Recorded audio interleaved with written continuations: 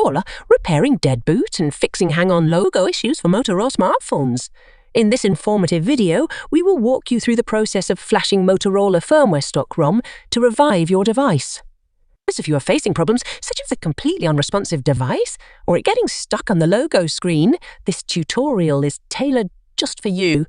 Our step-by-step tutorial will provide you with the necessary knowledge and skills to bring your Motorola smartphone back to life. By downloading the Motorola firmware stock ROM, you will be equipped with the essential software needed to resolve boot-related troubles and logo screen hiccups. We will guide you through the entire flashing procedure, ensuring a smooth and successful process. Why choose our guide? We are experts in Motorola smartphone repairs and have in-depth knowledge of their firmware and software.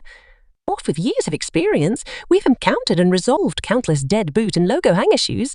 Now, we are sharing our expertise with you.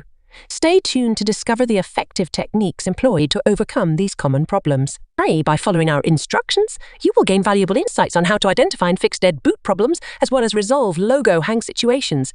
Rest assured that our guide is designed to empower you with the necessary skills to tackle these issues confidently.